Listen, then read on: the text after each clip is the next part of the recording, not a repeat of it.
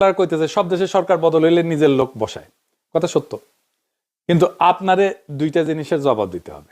কেমন করে কোন পদ্ধতিতে আপনি বদলাইতেছেন, আর 2 নাম্বার বদলায় কারে দিতেছেন? আপনি মনসুর সাহেবকে তো মপ করে বদলাইলেন, আর যারে বসাইলেন সে কি কোনোভাবে মনসুর সাহেবের মতো যোগ্য? চিফ প্রসিকিউটর তাজুলকে আপনি সরাইলেন, একই ঘটনা। নতুন যে চিফ প্রসিকিউটর দিচ্ছেন সে কি তাজুলের চাইতে যোগ্য না? দেখেন সে কেমনে কথা বলে। ট্রাইব্যুনালে চিফ প্রসিকিউটরের দায়িত্ব পেয়েছি। আমি কৃতজ্ঞতা প্রকাশ করছি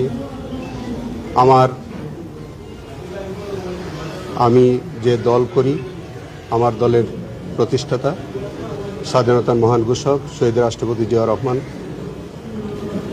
আমার পরম শ্রদ্ধেয় নেত্রী দেশনেত্রী বেগম খালেদা জিয়া এবং আমার নেতা মাননীয় প্রধানমন্ত্রী জনাব তারেক রহমানের প্রতি আমি কৃতজ্ঞতা প্রকাশ করছি।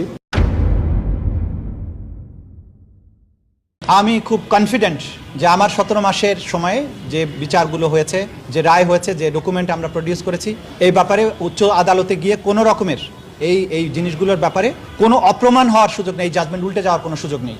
এবং আমি প্রথম দিন থেকে যে জিনিসটা বলেছি যে আমরা এমন সব অকাট্য প্রমাণাদি এই আদালতে উপস্থাপন করেছি, শুধু বাংলাদেশে নয়, বিশ্বের যে কোনো আদালতে গেলে এই অপরাধীদের সাজা নিশ্চিত হবে, সর্বোচ্চ সাজাই নিশ্চিত হবে। সুতরাং এই কোয়ালিটি অফ এভিডেন্স মামলাতে আমরা যা কিছু দিয়েছি, অতীতের ট্রাইব্যুনালের সমস্ত রেকর্ড ঘেটে দেখবেন আমরা যে ধরনের শক্তিশালী প্রমাণ এখানে উপস্থাপন করেছি, এই ধরনের প্রমাণ কখনোই উপস্থাপন করা সম্ভব হয়নি।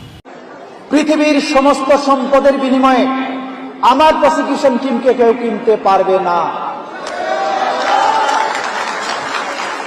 আওয়ামী লীগ তো দূরের কথা, 14 গোষ্ঠীর ক্ষমতা হবে না আমাদের প্রসিকিউশন টিমকে টাকা দিয়ে কিনবে, সম্পদ দিয়ে কিনবে, প্রলোভন দিয়ে কিনবে, অথবা ভয়ভীতি দেখিয়ে বিরত রাখবে। ইনশাল্লাহ এমন শক্তি পৃথিবীতে কেউ দেখাতে পারবে না। দেখেছেন? এবার আসেন তারেক রহমানের গভর্নরে দেখি। এই গভর্নর যারা